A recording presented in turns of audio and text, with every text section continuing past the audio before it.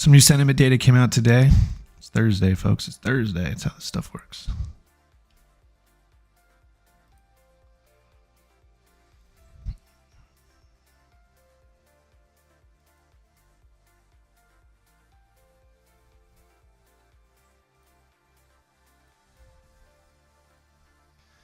Okay, so let's talk through some of the sentiment data because I think it's important.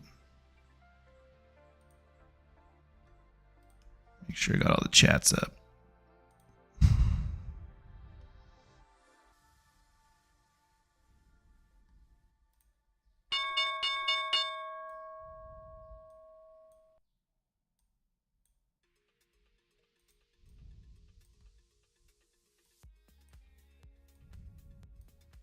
All right, we're good.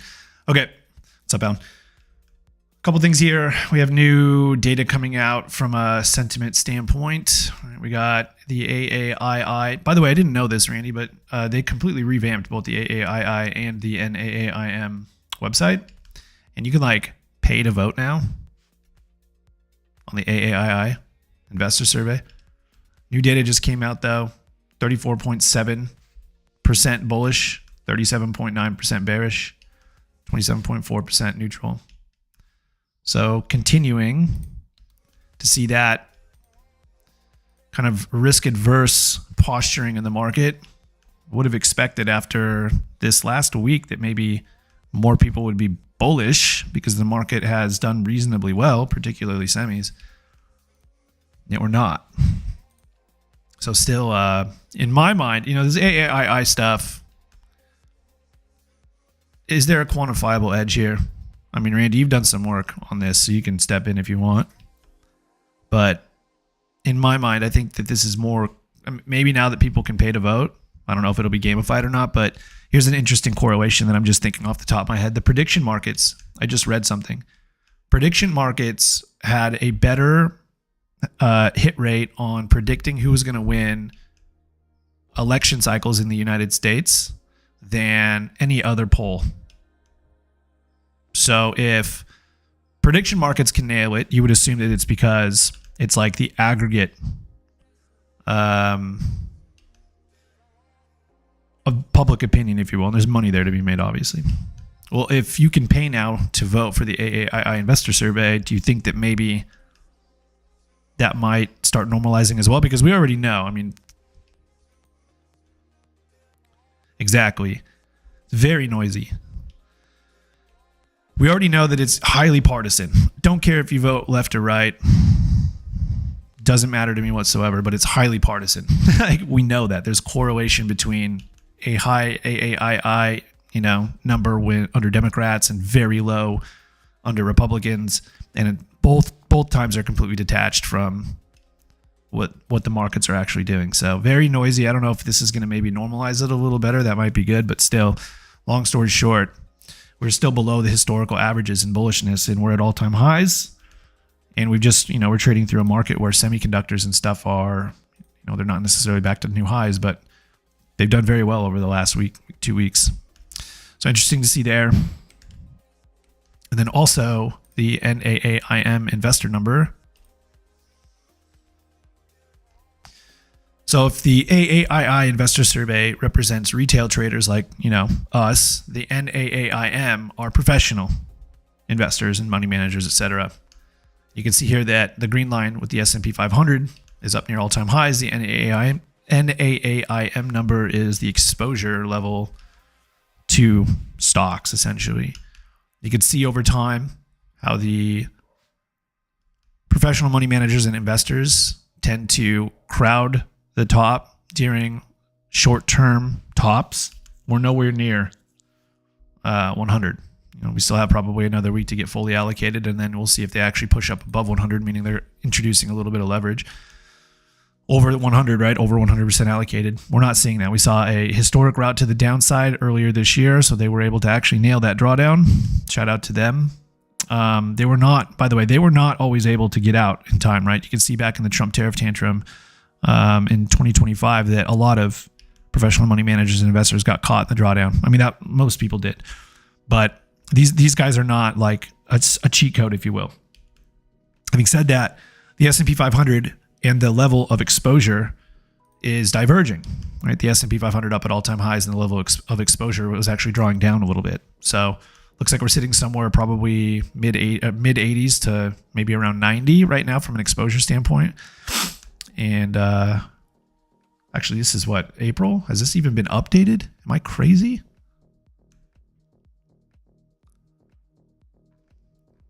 This is the wrong thing. Maybe you got to pay for it now. Fuck that. Anyway, AAII investor survey, sentiment out, more bears than bulls. Or more bearishness than bullishness, let's put it that way. Randy says, AAII is very noisy. Only edge I've found is at extremes like the 90th and 10th percentile stuff. Very noisy. Yeah. I think this is more clickbait stuff. I don't know. I would be very surprised if maybe being able to pay to vote doesn't normalize it a little bit. I think that'd be great. Another thing here, talking through, is PPI numbers came out. So July PPI inflation falls to 4.7 below expectations of 4.9. And people are obviously losing their fucking minds over this, because how the hell can inflation be lower than expected when, you know, everything is so goddamn expensive and blah, blah, blah. And it's fine. I get it. But what people don't understand is this is not saying that inflation is coming down. It's saying that inflation is going up slower than expected. That's all. Like, people are losing their minds about this, saying like fake data and everything. All it's saying is it's 0.2% less than what they expected to the upside. It's still going up. But the market liked the answer. You know, people are mad about that as well. They expect the market to shit the bed on a higher PPI print, but it's not. Imagine that. What I'm going to tell everybody listening to this, if you're inside of TTI, you've listened to this a lot, but if you're outside of TTI, I highly encourage you to do a little bit of analytical work on the differences between a demand side Fed and a supply side Fed. I'm not going to go into my usual rant because I could talk your ear off about this, but the Kevin Warsh Fed is different from the last 20 years of Fed chairmen as you can get. You know, Bernanke came in as a demand side guy post Greenspan, who was a supply side guy, and Bernanke, you know, famously got us through the GFC, but also instituted an incredible amount of new things, not policies, but new things, right? For example, forward guidance is probably one of the biggest ones other than QE, right? So he introduced QE, he introduced forward guidance, and now we're weaning off all of that. People are pissed because they've gotten used to, over the last 20 years, expecting that from the Fed. Boo fucking who. After Bernanke, you had Janet Yellen, and then after Yellen, you had Jay Powell, and all three of them came from the same lineage of demand side, framework, demand side economics. Well, Kevin Warsh is supply side. If you don't know what that means, I encourage you to just go and read the free article on Substack that talks about the difference between demand side and supply side. It's called "What If the Fed Stops Treating Growth Like a Problem?" And if you scroll down and you kind of read through this stuff, there's some good examples here. If you don't know what I'm talking about, kind of the main thing is, I've summarized it really well with a restaurant analogy, right? So basically, there's two different ways to attack inflation. On the demand side, you would curb consumption. You raise interest rates, it hurts the consumer consumes less, and then that will slow the rate of inflation. But there's another variable that you could tweak in the equation, and that's increased supply. And so the example that I used was, a demand side economist sees 50 tables and 75 customers. There are not enough seats for everyone, so prices begin rising. The solution is to reduce the number of customers, right? Raise rates, make borrowing more expensive, convince some people to stay home so they don't go to the restaurant. Eventually, demand falls back in line with the restaurant's capacity. So if you have 50 tables and 75 people that are willing to go there, you need to make it more expensive to go there, right? Make it more expensive until demand equals supply is essentially what demand side guys do, right? Price equilibrium is met there. Supply side addresses it completely different. Supply side says, okay, instead of raising prices in order to bring the number of customers down, why don't we just add more tables? Why don't we just build a larger oven, buy a larger oven? Why don't we invest in technology that will help kitchens prepare food faster? Shout out Brian. Brian knows what I'm talking about. Automate that, right? So the demand side says, let's curb consumption by raising prices or rates or whatever you want to call it to bring demand and supply into equilibrium. the supply side guy says, let's actually influence the supply side, increase the amount of output that we can, put out. And then all of a sudden, we don't have to worry about the demand side. The supply side catches up.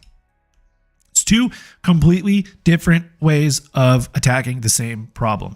And the problem is what I'm seeing on Twitter every day. And, Twitter's obviously where, I hang out when I'm looking at market stuff, is people get so mad about this because they don't understand that this even exists.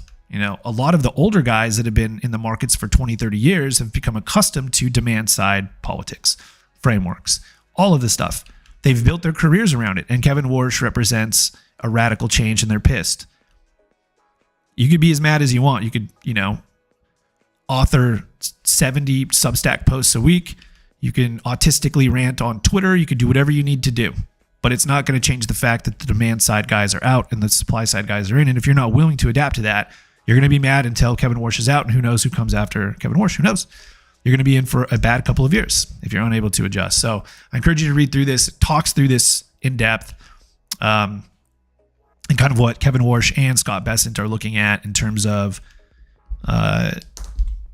increasing the supply in the United States. I'm not going to get into it, but Scott Bessent and his 333 plan, which again, a subject of huge discussion on Twitter. Most people hate it because it isn't working yet, but they don't realize that we're only a year and a half into the goddamn thing and we still have another 2.5 years to go. Like there's plenty of time for it maybe to work.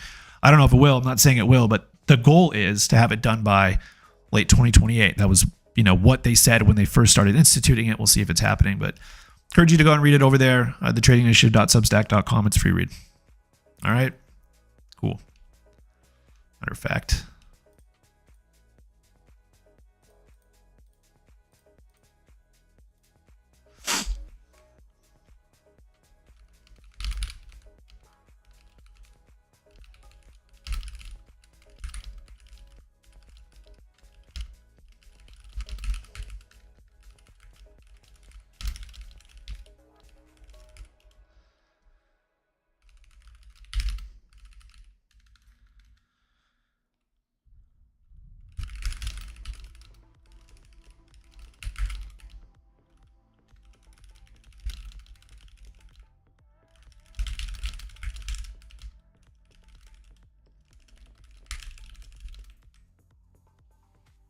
How can I get this so it shows up all at once?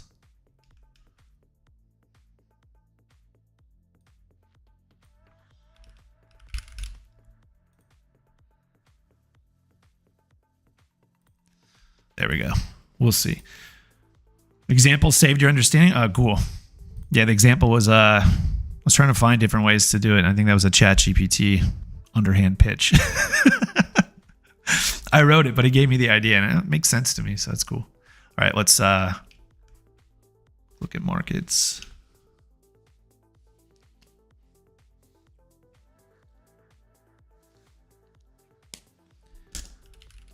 Michael Burry trolling everybody on Twitter. God, the people just lose their minds. Said he's shorting NBIS even more. God bless. Monster rally yesterday. What was it? 34%, 4% today.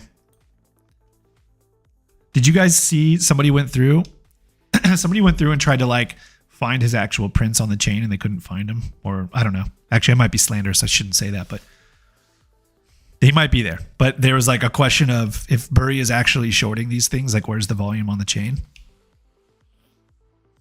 Chris Camille came out and said something recently that he's going to stop talking about the exact positions he's taking because he feels like, which he may be, this is absolutely true. But following the Leopold Aschenbrenner blow up, he's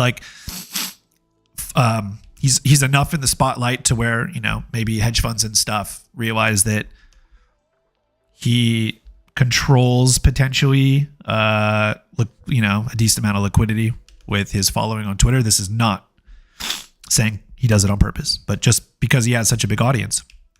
So he said he's going to stop posting his exact positions or even remotely close to it because he feels like he's being targeted occasionally. And most of the time I would say it's bullshit. It's a cover up for you not to have to, tell people what you're doing. But in his case, I think it's probably true. He has such a big audience and so many people are looking at what he's doing and kind of following him that I'm sure there's funds that are hunting stuff like that on Twitter, larger accounts looking for liquidity. So who knows? More subs. Burry's the man at marketing, I'll tell you that. Like I've always said, I'm not a Burry hater. You know, everyone fucking hates Burry. I think Burry's made more money going long than going short, but that's not sexy. You're not going to make a movie about that. Like before his fund was resolved, he was long the market and making money long. He just doesn't talk about it because he knows that, like, put it this way, what was he long? He was long Lululemon, and that was a very, very controversial call at the time. Wasn't he long Lululemon, if I'm not mistaken? And it's terrible. This is a terrible chart. As you can see, I used Lululemon as an example to talk through trend. Lower high, lower low. Like, it is awful. And like, he was like, I'm long Lululemon. And it got maybe 1/10 of the exposure. This is a controversial long. Lululemon sucks. And nobody gave a shit. And then he comes out and he's like, I'm short a basket of FinTwit's favorites. What do you think is going to happen? Of course, those types of tweets are going to go, 10 million views a pop. So I don't blame Burry for doing what he's doing. It's a good marketing ploy.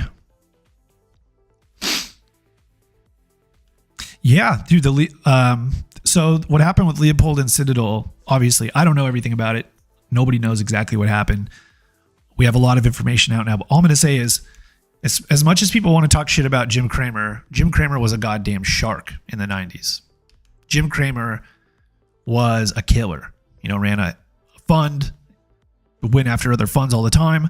They tried scrubbing the videos off of the internet, but he has interviews on YouTube. Still, you can find it if you dig, where he talks about some of the things that they used to do to attack other hedge funds' liquidity, right? And one of my favorite examples is they would buy like huge huge options positions and then leak it to the media. And so the media would go out, the financial media would go out and say, oh my God, there's a buyer of whatever, and it's huge. And in reality, it was a fraction of the overall position that they had. And so people would crowd that position through options, and then the market would rip or whatever they did, and they would take all of that liquidity and it would use it as like squeeze fuel, basically. They do it. Yeah. They tried to scrub it. There it is. Thanks. Threw it in chat. It's called Jim Cramer Explaining the Basics of Stock Market Manipulation. He was a killer. Obviously, he's a meme on Twitter now. I'm sure he loves it, by the way. But this type of stuff is not new at all. Stuff has been going on forever.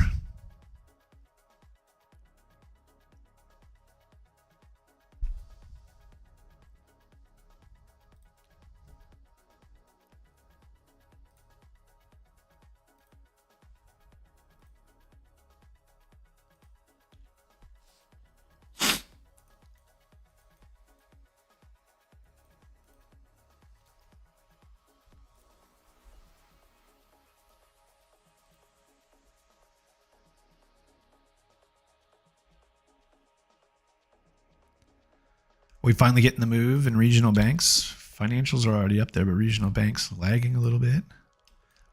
Very close to an all-time high breakout in regional banks.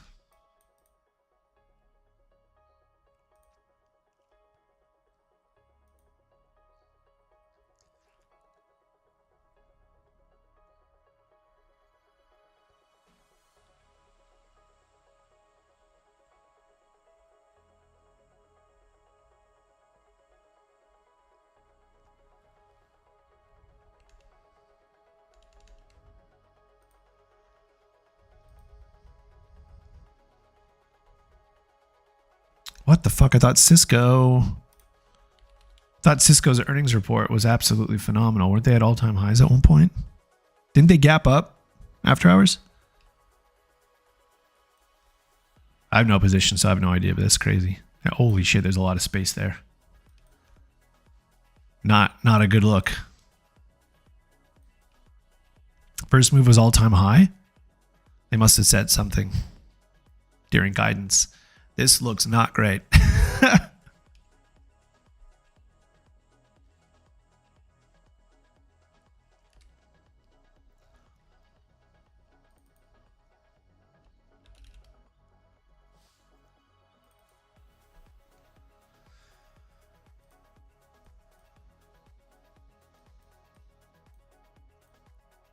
These previous cycle highs, I was looking at IBM too, Cisco, IBM, some of the other legacy names. These previous cycle highs that these things retest continue to be good opportunities to take a little bit of risk here. Microsoft, obviously the best example of it, but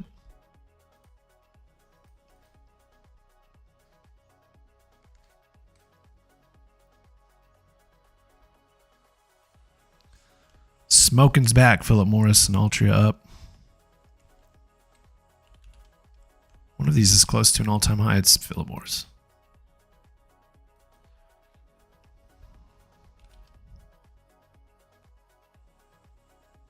Oof, these things got killed afterwards. Was this earnings? No, they just got killed.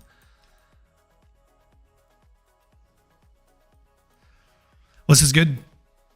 I'm not going to take Altria. This is way too much of a slow mover, I would assume, but this is good because it moved back up and over 74.25 would validate the trend higher. Maybe take something like that if you wanted to diversify out of the higher beta stuff.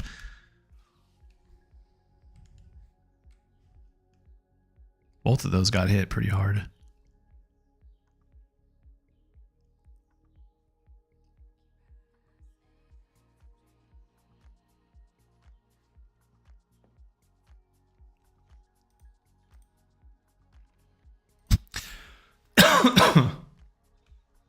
You want IBIT leaps? Just buy them.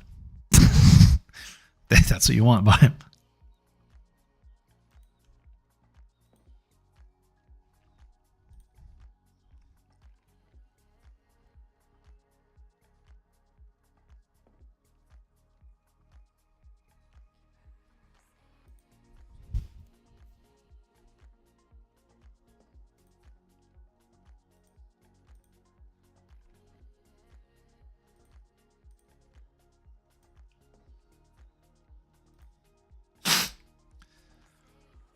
$39 names on our 50-day high scan, about 21 minutes in with over 1 RVol. So these are early volume leaders. Woot.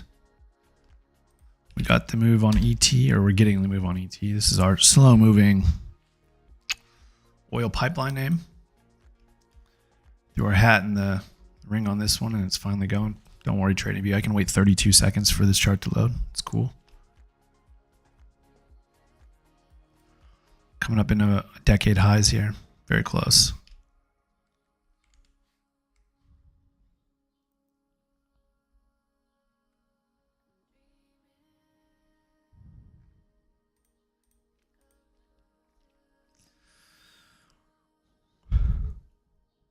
Unity. Sent out a newsletter yesterday about Unity on the scans last night. A little general idea there. I don't think there's I think there may be a possibility here for a short-term trade. If you read the newsletter, you know what I'm talking about, but short-term trade up to 48, you may be able to sell the double, and then if you get the actual flip, because we've come up here multiple times over the last, 4 years, always unable to get up and over 48. If it gets up and over 48 and you're already in a short-term trade, you could use that short-term trade profit to flip for a longer-term trade, which is, what I want to do. That's what I would like to do at least. So fund the longer-term position on a stage 2 breakout, markup period type thing with the profits from the short-term trade. You got a little bit of a move up here for about 7-8%. It doesn't look like it, but it's about a 7-8% move. And the options chain is applicable, right? There's volume. The spreads aren't bad. The Greeks aren't bad. Well, software name post earnings. It's the best part. It's finding these higher beta software names that are already through earnings. So you don't have to worry about like the event catalyst coming in and kicking it down. So ADR is sitting at 6.05.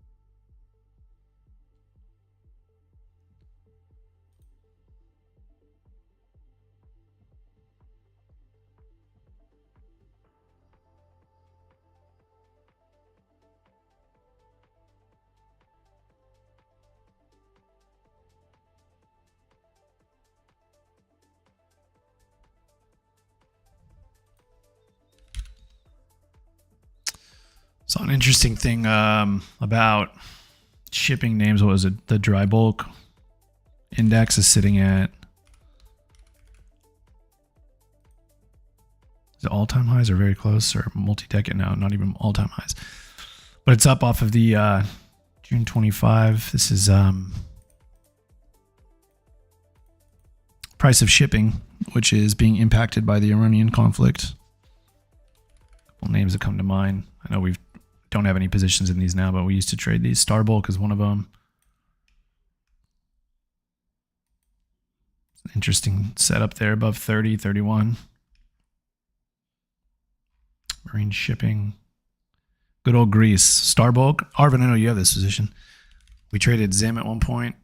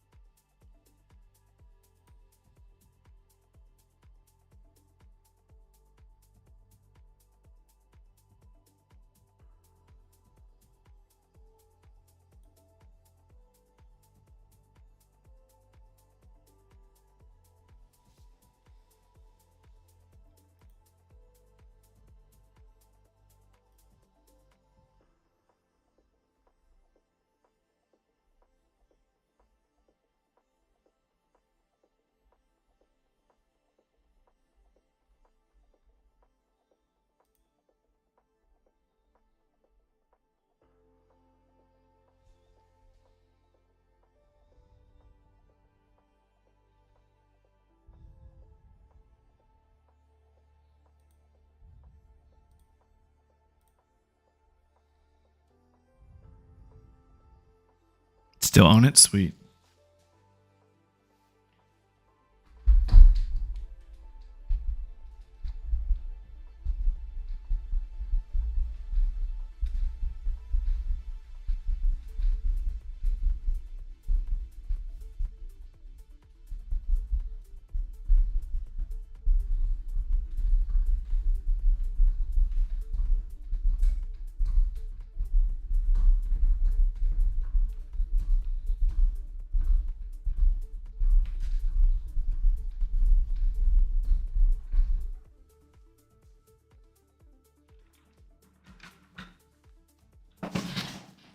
All right, I'm done standing.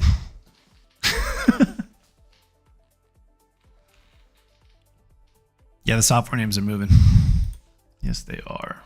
What's IGV doing?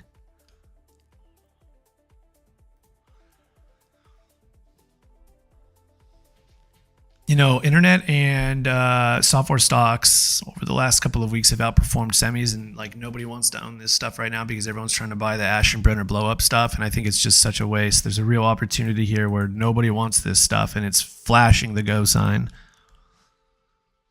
Flashing the go sign. FDN is breaking down to all-time highs after doing nothing this entire bull market cycle as well. So you got semis super over extended, fighting with overhead supply, everything else, which, by the way, this could blow right back to all-time highs. I have no idea. But there are other areas that are underbought, if you will, that are also flashing opportunities. So depending on your risk level, I guess, what you're willing to hold, you could be looking at a different pond than everybody else, which in my mind, tends to be not a bad idea. Go where other people are not. As long as the strength is there.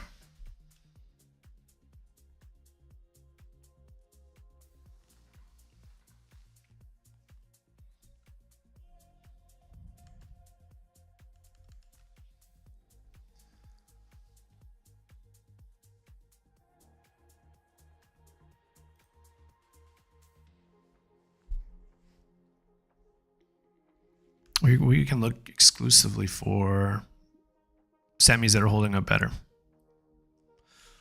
Let's do that. Hey, Hamilton. Yeah.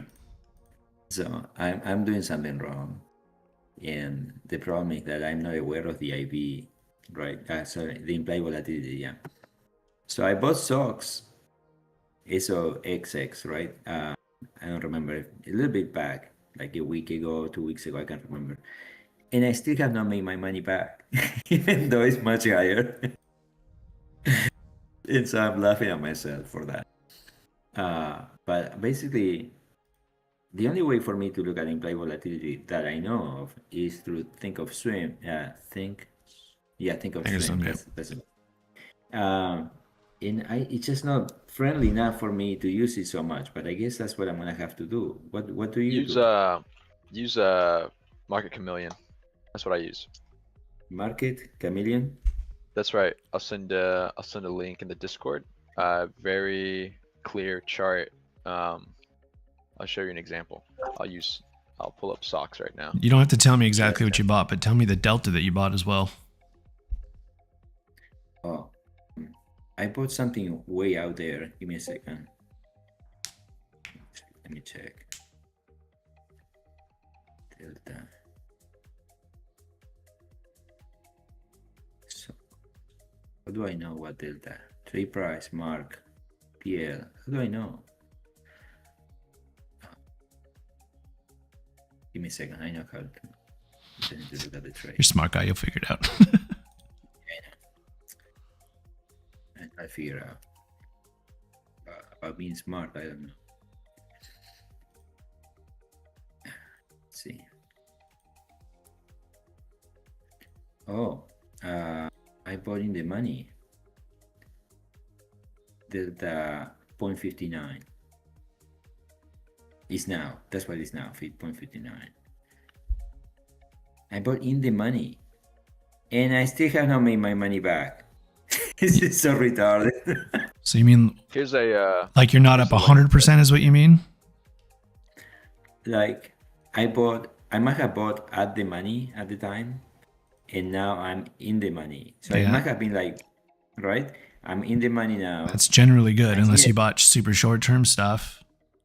No, this is for January 27. So why don't you type this stuff out instead of saying it so we can like see it all. The implied volatility is not super high in SOXX, so that's probably not the reason why. And delta No, but it is was. delta is Then it went- delta is I the looked amount at- of money the contracts make for every dollar that the underlying asset goes up. So for SOXX, I have no idea when you bought it, but right now, what'd you say, 59 delta? That contract's going to go up 59 cents for every dollar SOXX goes up. Right. Right, but when I looked at the implied volatility, at the historical implied volatility, because I found it in Thinkorswim, and I see that at the time my body was very high, and then it went down to 0.49 or something like that. So yeah, that's why. And exactly, that's why. And I'm like, okay, dummy. I mean, I didn't put much into it, right? So I could buy more now. But learn the lesson. and the thing is, be aware. So I appreciate that Market Chameleon advice, because I need that in my face, you know. Yep, just sign up for a free account. That's all I've got. And their homepage is a little confusing. It's not like the best looking, but on the sidebar there's volatility. You can just look at implied volatility, and with the free account you can only use a 1-year look back, but that's just generally what I use. That's what I know. Yeah. Thank you so much. I appreciate that. Sure thing. Nvidia up in towards 20-day highs and out of this nasty little consolidation fractal. We were just talking about Nvidia and reading some tweeters, right? Some tweets. People saying Nvidia is gonna shit the bed based off of the agreement they made with the private equity names and everything else for financing, and here they are clearing 20-day highs. People are just not. They just are never gonna get it.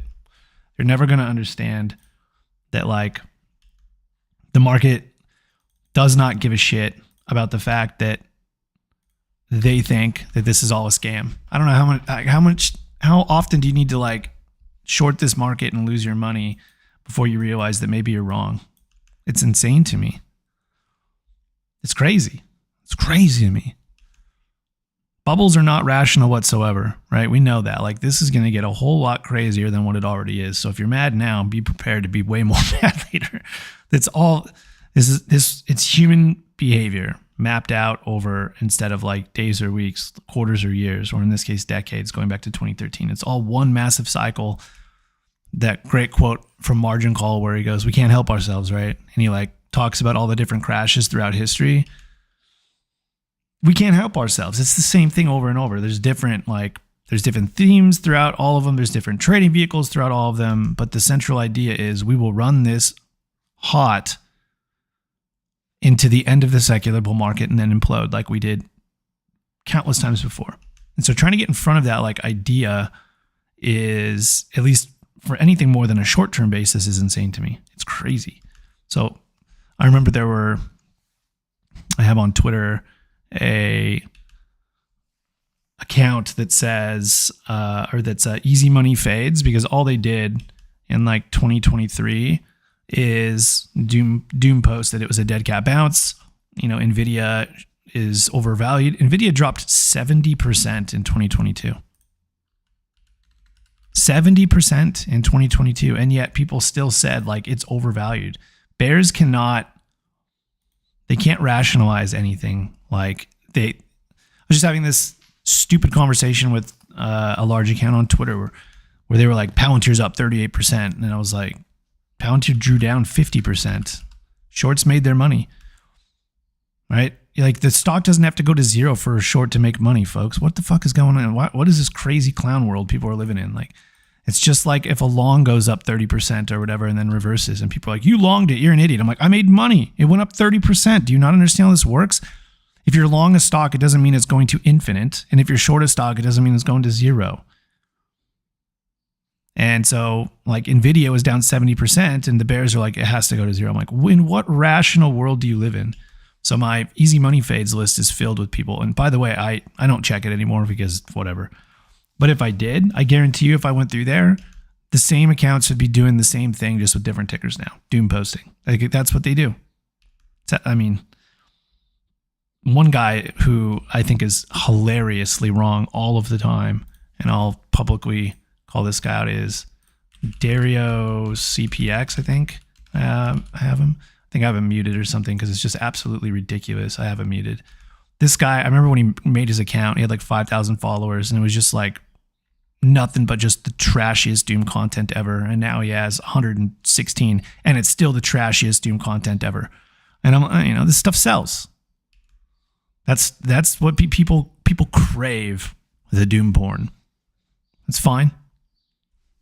But I don't know if you've noticed over the last 4 years, market's gone up, baby. Like,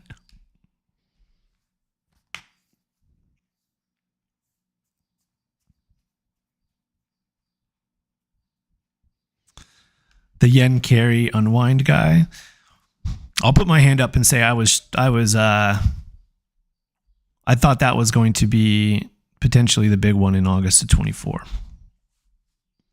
I thought that was going to be it. And then 2 weeks later, we were buying stocks again. That's why I always say, like, once you make the decision to flip from bull to bear on a cyclical basis, meaning that was the peak of the cycle, it is so hard to get back in gear with primary trends if they all of a sudden invalidate the bearish thesis. It's so difficult because you turn into a hammer wanting to nail everything. Everything is a nail.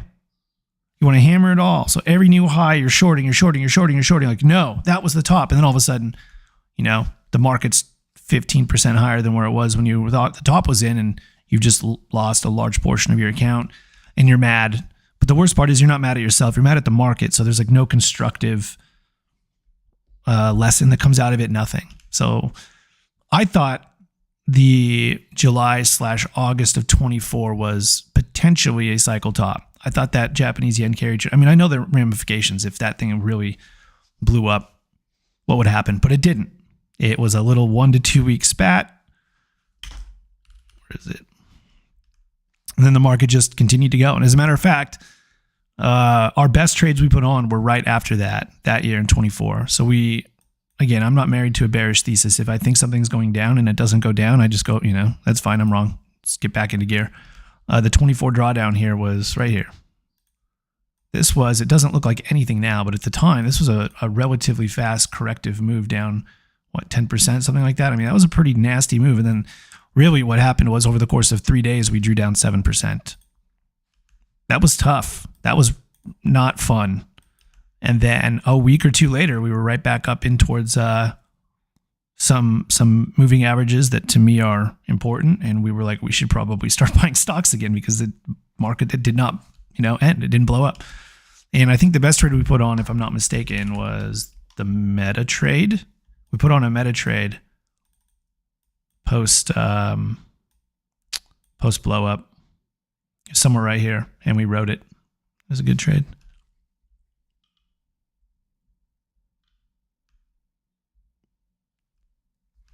CBRS. So we had a conversation yesterday about not wanting to buy CBRS because of the event risk and how expensive all of the implied volatility was. And at least as of right now, hindsight, that was the right call. We're right back in the range, but this is good. Why? Because now we can buy the rebreak of 240. A rebreak of 240 is an IPO-based breakout still, regardless of what happened yesterday. So we can still play CBRS. And to make it better, make it sweeter, we can, I don't know what we'd do here, but just kind of throwing out ideas. Holy shit, this thing is expensive for what it is. Let's say we wanted to buy the Januaries and we're looking to go out to like the 0.4, 0.35 delta. Let's go to the 350s just because it's 350. Look at the difference in the valuation of the options contracts, which is why we didn't want to buy them prior. These things at one point were going for 46. Well, here, let's bring it into week to date. 46, and now they went as low as 29 today. Or excuse me, they opened at 29. Huge haircut, massive haircut, 40%, something like that, overnight in some Januaries. So now if Cerberus does continue to break out and we want to play it, now we're getting a massive discount on the options contracts. Imagine if we bought it yesterday. That's why it's never perfect. It's more of an art than a science. But when you buy pullbacks, particularly with options contracts, you really get the benefit of the volatility of the contract because they're not tracking one-to-one. So if there's like a 10% pullback in the underlying, there may be a 20, 30, 40, 50% pullback in the options contracts that we typically trade. We could take advantage of that. We want to buy those discounts because that just jacks up our R to R. Not a buy recommendation, by the way. I'm not going out and buying this stuff, but that's the general idea. I like the setup, though. Still above 240. I think this is an IPO-based breakout. Mike says VIX is up off the open. Mike, I was trying to figure out what the hell is going on with your time frame, but I forgot you're back in Washington. West Coast time. I have everything set up. Back home. I have everything set up on my trading rig to be Eastern Standard Time, and it occasionally screws me up because I hate having to like convert, particularly because for half of the year Brazil's 2 hours ahead of Eastern Standard Time, and right now we're only 1 hour. So it's like I have to switch multiple times throughout the year. It's hard to keep up. You guys have daylight savings on there too? You guys do. Yeah, we do. Do you? I think so. I think they're trying to get rid of it. Is that when you get checked up? Yeah, we're 2 hours ahead.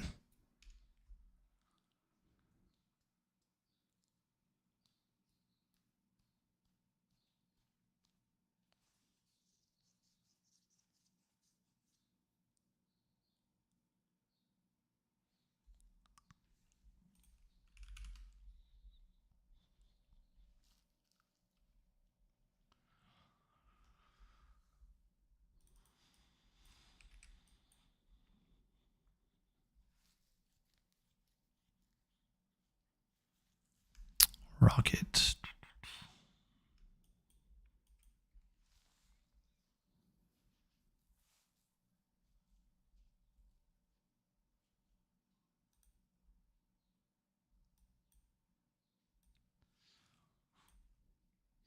This is definitely, in my mind, during like this. So if we'll say bull cycle started, we'll just say 2013, or 2023, excuse me, 2023. This has probably been the most difficult year in terms of trying to stay on track with themes and trends, because it just feels like everything's moving at a video game pace. Everything. It's like you had first quarter energy was absolutely ripping while everything was underperforming. And then you had Q2, which was tech was outperforming and everything else sucked. Now we're in a Q3 and we're in this like weird transitionary period where semis suck. Energy's taking the baton, but energy's never a clean trade. It always pisses people off. A lot of volatility under the surface with some of the higher beta stuff. And it's like, this is a very, very challenging environment over the last 6 months, 7 months.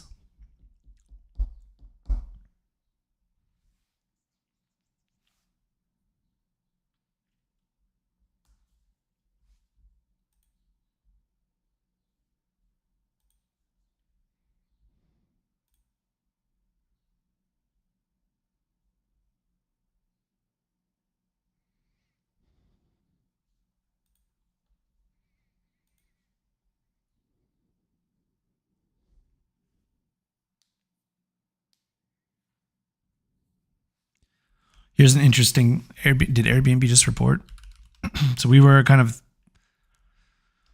theorizing, or they reported earlier, I guess, August 6th. We were kind of theorizing, like, at what point are we going to start seeing the AI productivity and revenue stuff come through? And Airbnb reported AI-driven revenue and productivity gains. CEO Brian Chesky says 45% of guest interactions are automated, reducing need for human agents and speeding service. So it's like, it's sneaky under the surface stuff, but the AI, like, productivity gains, if you will, they're starting to come through in earnings reports. We're not seeing them yet on like the hyperscalers, so people are assuming they're not happening, but Airbnb is up a lot off of its earnings report. What, 18%? This is a huge move for Airbnb, up into 4-year highs, and they are reporting that AI-driven revenue and productivity gains are fueling it. Also I read an article yesterday, I wish I had it, that said the largest sector to lose workers over the last quarter, I could be messing that up, was the financial sector. As AI has essentially made it so they don't need as many like newer employees. Everything is way more efficient. So all of the financial big names or whatever, they're actively becoming more intertwined with AI, and that should also come out on the revenue and productivity basis as well. Financials are at all-time highs. Is it because of AI? Probably not, but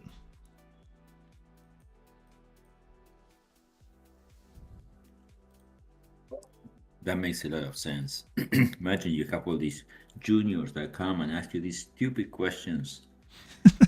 And on this other hand, you have this AI that already does it right. I mean, what are you gonna do? Either you use the AI right and become a manager of AIs, or that's it. I mean, well, I'll give you an example of somebody that I read something yesterday and I commented on it. A wealth manager guy, and he said like he took a hit yesterday in his AUM because a large client left him for like a friend or something of the sort.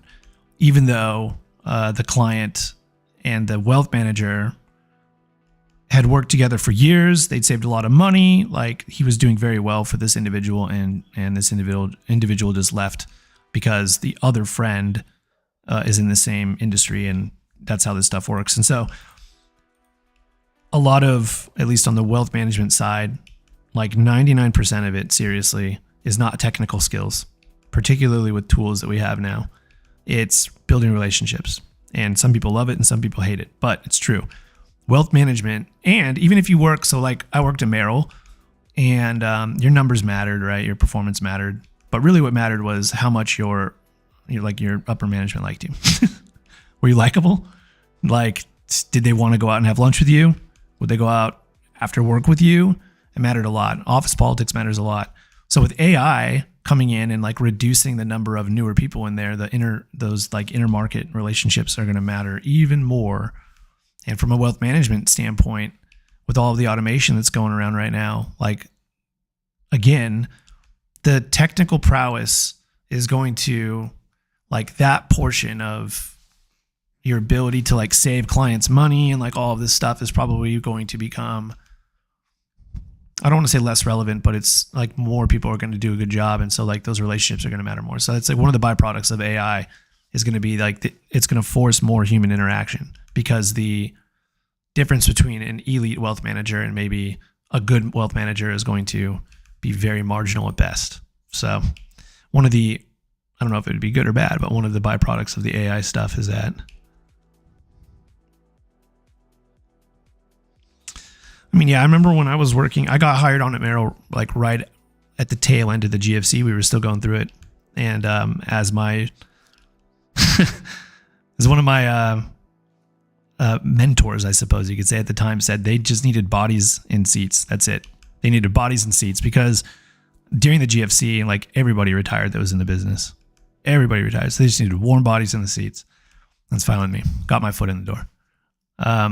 But even then, there were robo advisors on the market. They weren't good, but they were, I mean, this was back in late 2000s, early 2010s. There were robo advisors out there. So just imagine now. Just imagine now. Hamilton, when you say human, what do you mean? What do you mean? Well, I mean, 5 years from now, this more human interaction will be a human to an AI that doesn't know that the AI is human. I mean, Well, yeah, no shit. I think there's going to be a radical, so like over the last 10, 15 years, everything has become like nobody wants to meet up in person. Like just, it used to be, what was it? What was the program? Skype, and then it was Zoom, and then it was like, you know, just let's do this from different areas of the world and like powwow through video. I think that it's going to increase the want to be person to person, because exactly what you're saying, you don't know if you're talking to an AI or not. And I think the decision makers at the top, not everybody, but the decision makers at the top are never going to sway away from wanting to meet in person. I don't think so. I think that, and it's probably going to like kind of sway back that way, because even now you talk on the phone with some of these AI agents and they sound like a person. What the fuck?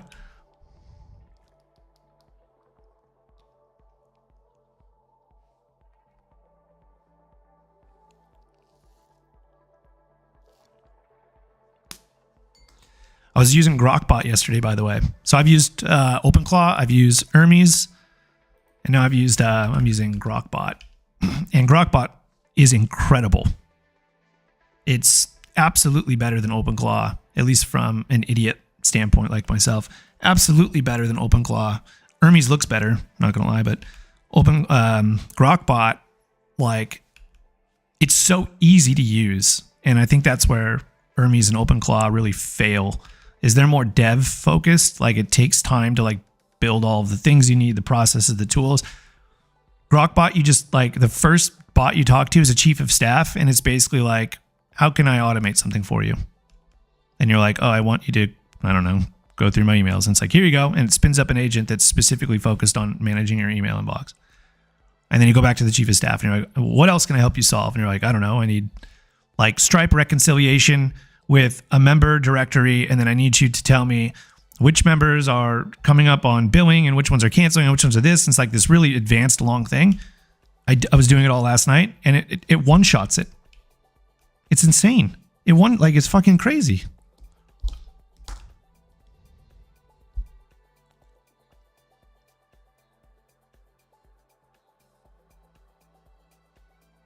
Does that mean medical costs are going to come down, Arvind? The bloat in healthcare systems is insane. Absolutely insanity. And like an overwhelmingly large portion of healthcare costs come from administrative costs. So if you could automate the shit out of that, yeah, do it. Hell yeah.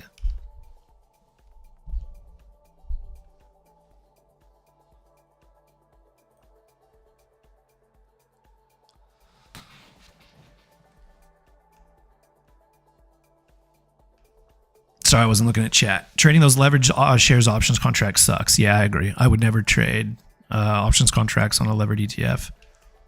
I think it's like, it doesn't make any sense. It's like throwing gasoline on a pound of fucking dynamite. Like, You know, like it doesn't make any sense to me. If you're trading like a levered ETF, you're already getting the benefits of the volatility and beta aspect that you want magnified. There's so much risk associated with leveraged ETFs, like holding them overnight and stuff. Now imagine throwing options contracts on them. It doesn't make any sense. It's a product, in my mind, it's a product of a get rich quick generation. Like one person's going to hit it big. It's a great story. I know I've already shared it before, but long story short, very first time I walked into a casino, I played roulette. I hit it big, right? And I had a time of my life. Problem is, roulette's like arguably the worst odds at the casino. And so what did I do for like the next 5 years? Every single time I went to a casino, I was like, I got to play roulette. That's my game. Was it my game, or did I just get incredibly lucky and it built this terrible expectation that I was going to win all the time? That's what it was. How much money did I lose playing fucking roulette? Probably more than I would want to admit. Until finally I realized, this is a stupid game. I have no edge. This is dumb and I got lucky. It's the same thing if you're like hitting these. If you're in an options trade on a levered ETF and you hit it big, congrats. Don't let anybody ever tell you that the way you made money, like you're bad for doing that. It's fine. But just understand the difference between luck and skill. Can you repeat that over and over? Because if you can't, if there's no edge there, don't do it again. Just take the win and go. That's totally fine. Like, are you ever going to tell somebody that wins the lottery that they're an idiot? Like, no, you're going to say congrats. Like, it's luck, but congrats. There's no skill involved there. Same thing with like hitting these big options trades on levered ETFs. Like there's so many ways that you can lose. It's crazy. When you win, it's cool. Congrats. But unless you can somehow repeat that over a sample size of like 100 trades, which I don't know anybody that can, it doesn't make any sense to me. There's just so much risk. There's so many ways to lose on that trade.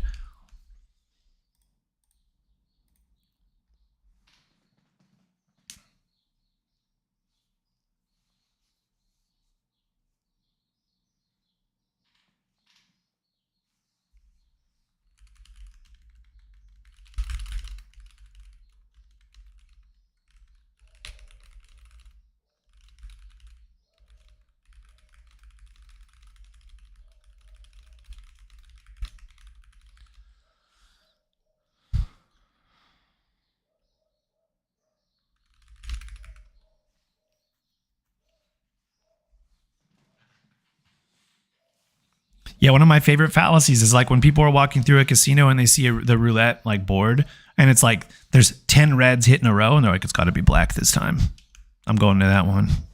I'm betting it all on black. Has nothing to do with anything. Like nothing. Did I tell you this story? I'm not sure. I went to a cruise once, and I used to play a lot of roulette when I was a kid, and I knew all the ways and all the numbers and I knew the wheel. I knew the numbers in the wheel in order.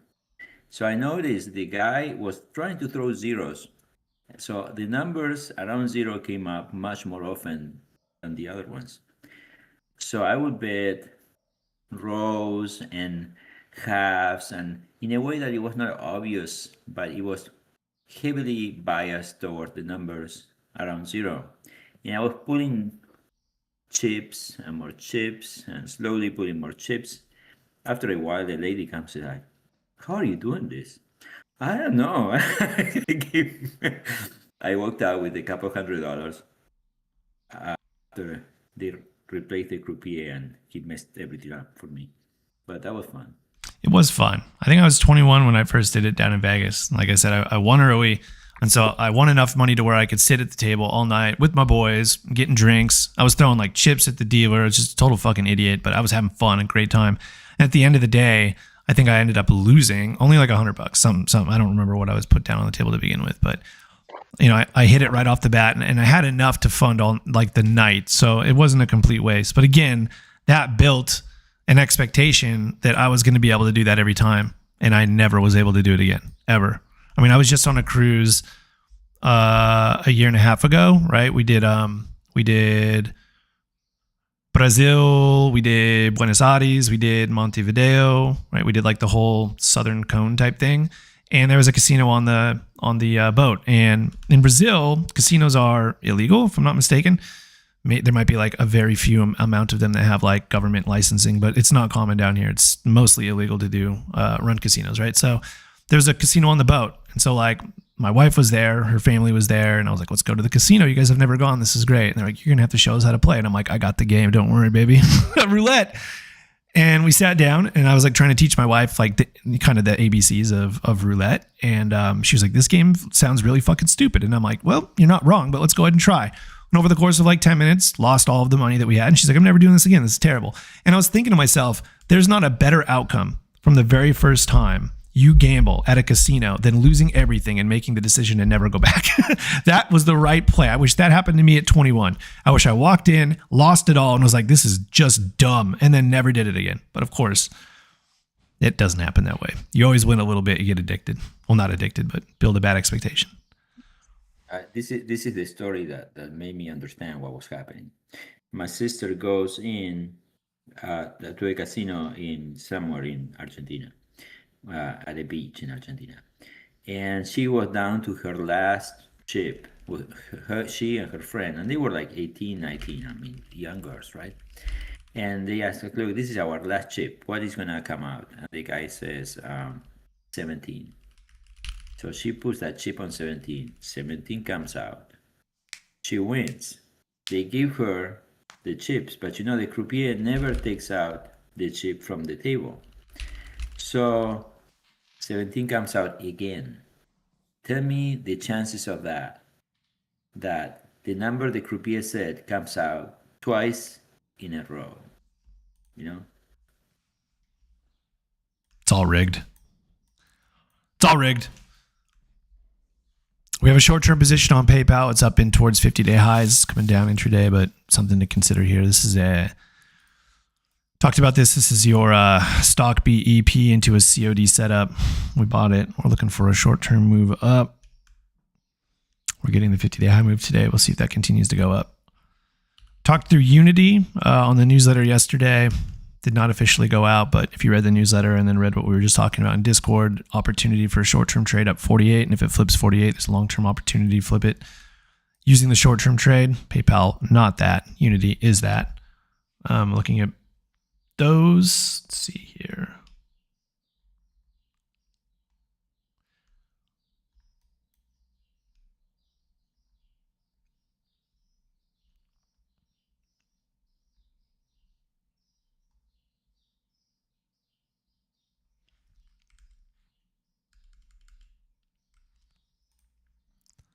Do one more quick scan here. Look through Koifin.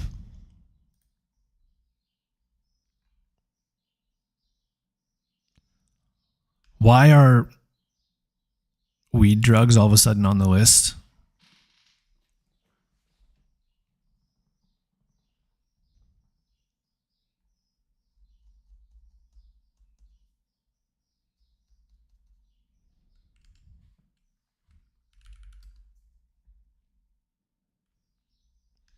Jesus, man. Holy shit. Did you guys sell the double in HPE?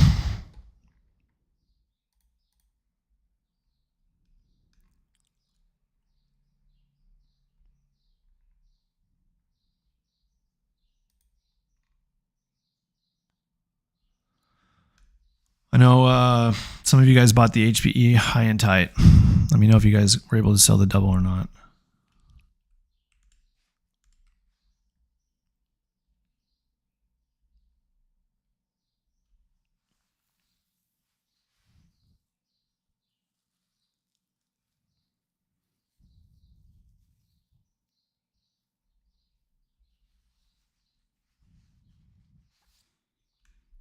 The double plus, what's it at right now?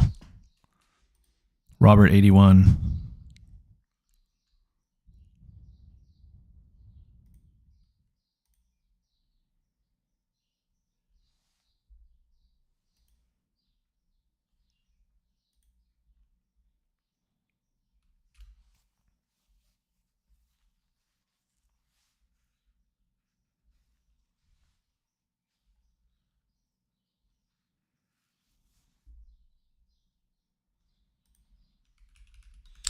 Zena's been on the list a couple days in a row. What's up?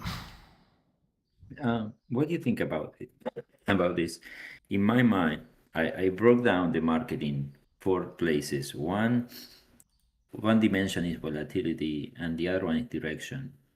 And so when there is high volatility, but the direction is bullish, I tend to put a chunk of money in SPY, like the market, and then bet a lot less on individual stocks.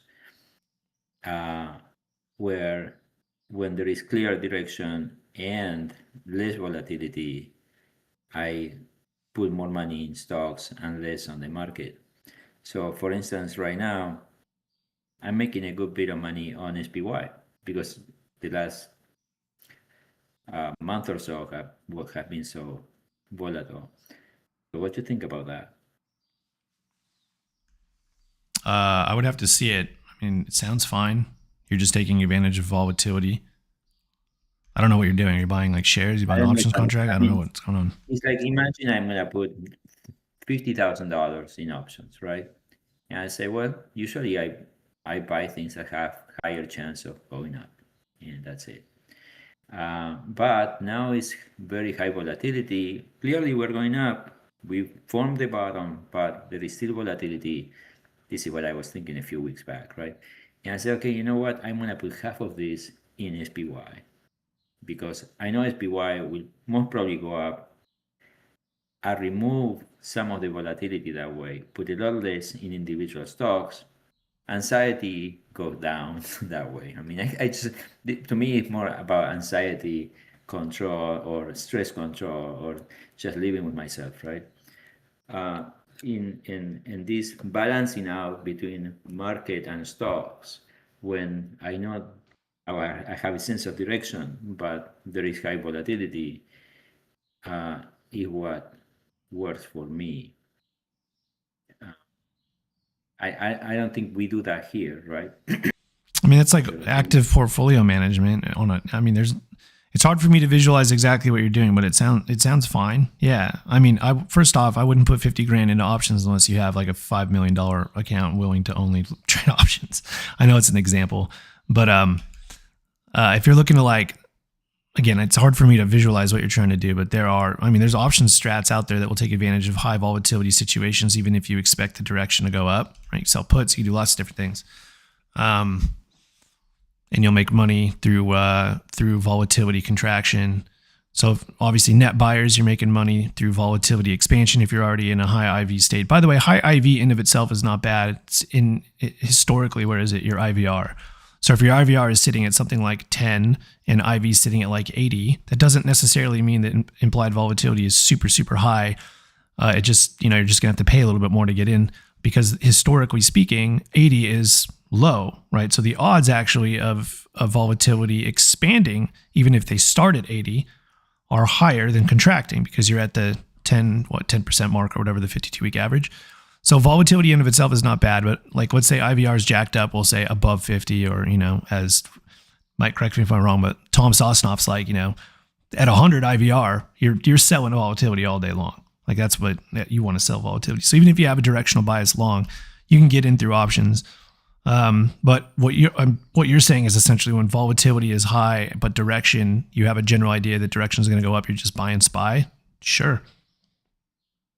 Yeah. Okay. There's nothing wrong. Why? Yeah, that is what I'm saying. Yeah. Yeah. There's nothing wrong with that. Well, if you think about it, you're removing so volatility is high. You're removing one of the biggest leaks in people's trading, which is when volatility is high, they go out and they tend to buy like juiced up beta. And while that works sometimes, like what we just traded through with semiconductors, those names were juiced up for like 3 weeks straight. And it didn't matter if you bought high IV because they kept advancing at a greater rate than what implied volatility is pricing in. And so like you got the benefits of IV expansion in a high IV environment, plus the directional move. People were making money left and right as semis were ripping. The problem though is when the music stops, you get crushed in one day. Implied volatility crashes and you get the downside move. And if it's already elevated super high, you're going to get just demolished. So by getting into SPY, you're removing some of the obviously some of the higher beta exposure you may have in your portfolio. So SPY might come down 5%, but your favorite shit stocks on FinTwit or your AI bottleneck stocks or whatever, they're going to come down like 50%. And you're going to be shielded from that. Nothing wrong with that. Exactly. That is my thought. Right. You captured it correctly.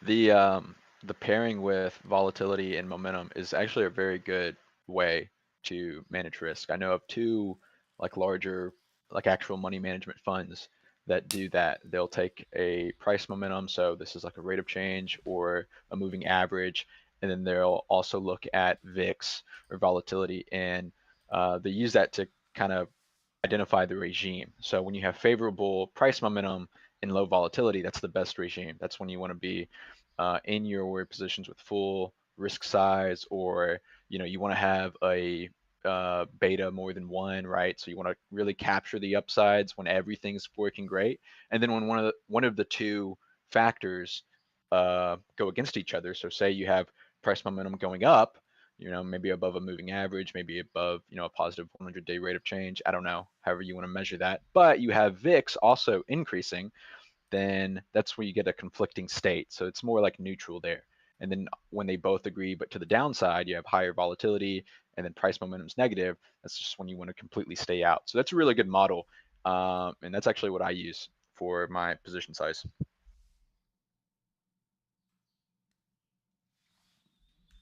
Yeah, this is a good opportunity for me to say in high volatility environments, you do not want to run tight stops. This conversation, I don't know, I used to have it quite often, but not so much anymore. But like the default mode is when markets are going absolutely crazy and volatility is sky high, people go, I need to tighten my stops. That's the exact opposite of what you want to do. Just so everyone's fully aware. You want to lower your position size and widen your stops. You want to give the position an opportunity to breathe. Volatility is elevated. You know that. So you do not manage your risk through tighter stop losses because the volatility will likely come and stop you out even if you get the trade right. The way you manage it is by lowering your position size. So if the trade does whipsaw backward and kick you out at a wider stop loss, the dollar amount lost should be relatively the same as your normal R risk lot at a normal stop loss. So position sizing is always the first point of risk management. It's not your stop loss. High IV environments, widen your stop. Low IV environments, you can tighten your stop, right? You wouldn't expect things to move 2, 3, 4, 5x ADR against you. I think that's important because a lot of people it doesn't make sense, I guess, logically to a lot of people. So when things like when their account starts to draw down or things start to get really tough in the market, they want to tighten everything up, which makes sense, I guess, on paper, but in reality, it works directly against you. That's a good opportunity for me to throw that out. Anybody's listened to the stream, hopefully that gets the wheels turning.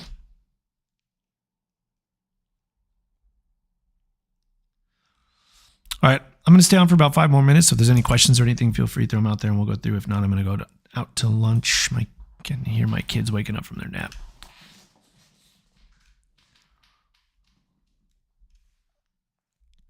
For those of you in TTI, we put on 2 trades yesterday on the hit list side. We also sold a double yesterday in NEM. So make sure that you're running your good till canceled orders so you don't have to be at your desk to sell these things. NEM was a double as of yesterday, and I think it's down today. So one of the greatest things you can do as a trader is to understand how to use, particularly as a swing trader, but understand how to use these good till canceled orders. The orders will stay on the books literally until you cancel them. You can limit sell half of your position at 100%. So double whatever premium you paid for it. Let that order execute no matter where you are. If price hits it intraday, you're out. Then you don't have to sit there and worry about it.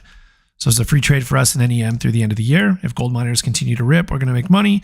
Gold continues to rip or whatever, gold miners should do well. So if this theme is back, we're going to make some money through the end of the year on this. And if it doesn't, which is arguably more important, if this is a losing trend, meaning it reverses here, it comes back down, doesn't run through the end of the year, we lose nothing.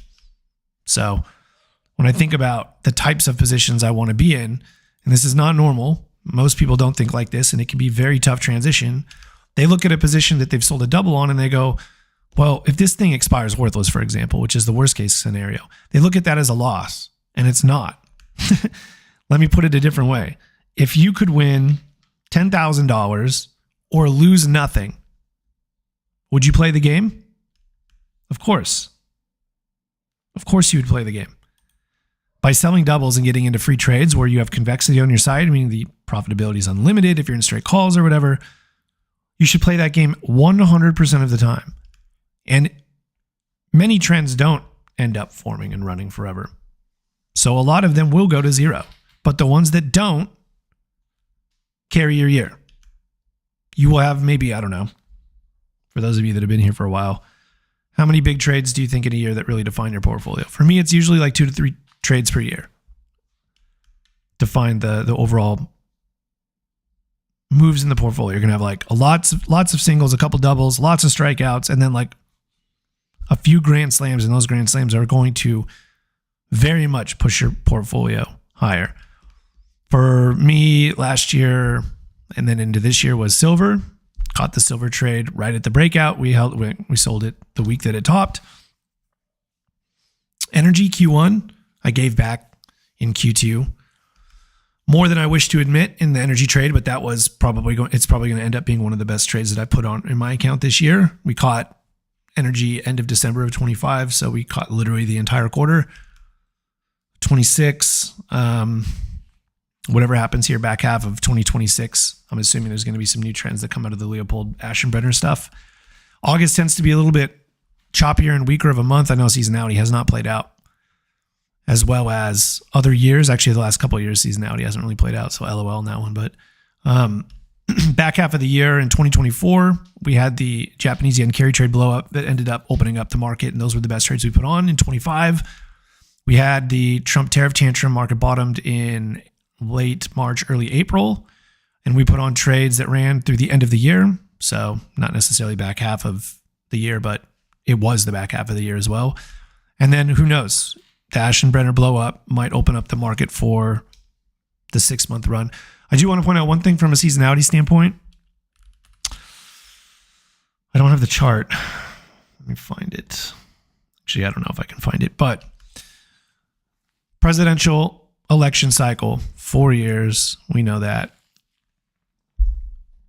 The best 2 or 3 quarters in a row, Randy, do you remember this off the top of your head? Start next quarter.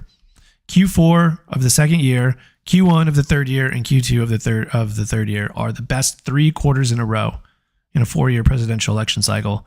And it's like disgustingly bullish. Overwhelmingly bullish. So I had a couple conversations like 2 weeks ago with people that were trying to maneuver through the Aschenbrenner blow up. And like the key convo was, if you can just manage to not fucking blow up and lose everything, if you can just coast until Q4 of Q2 to next year, exactly. Q4 of this year to Q2 of next year. So 3 best quarters in a presidential election cycle, statistically speaking, going back to 1950. Yeah, I'll pull this up and I'll actually show it. 1 sec.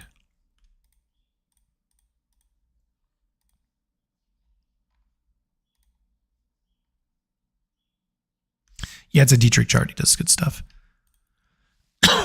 There you go. 3 best quarters. So Q2 of year 2, which is what we just traded through, was statistically the worst. Imagine that. This quarter that we're in right now tends to normalize a little bit. And then the best 3 quarters statistically are coming up. Again, take this with a grain of salt, but I want to point out that this has a lot to do with the political cycle, the liquidity cycle, monetary, etc., policies coming in, fiscal policy, everything, kind of all in tandem. There's more to this than just stocks go up. There's like a lot of different variables that are influencing why maybe these 3 quarters are better than the rest. I'm not saying that they have to be, but if you're building an expectation, Q4 of this year, Q1 of next year, Q2 of next year tend to be incredibly fruitful for bulls. So we'll see. If you could not blow up during the Aschenbrenner blow up, you have an opportunity to do something really cool for the next, I would say next year. A little high and tight here on the S&P 500 breaking out. LOL, we'll see if that happens. But the Q's up 1.23%. Sweet. Things are moving, folks. Hell yeah. The Bears are pissed.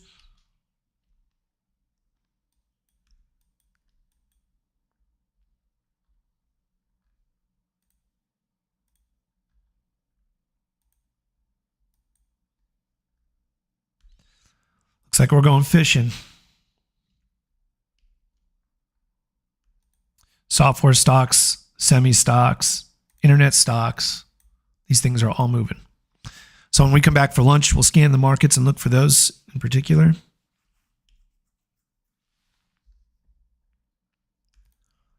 Equally weighted Qs are at all-time highs. So for anybody that's thinking it's just a couple of semiconductor stocks or some Mag 7 stuff going on, you're wrong.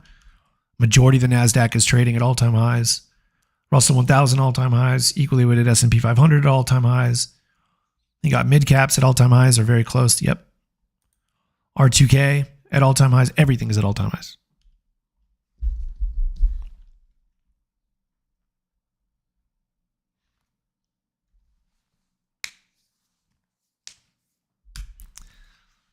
All right, I'm going to cut the stream here. Again, I'm going to run this until the end of tomorrow. 2 streams a day. We'll see how it goes. Still tweaking programs and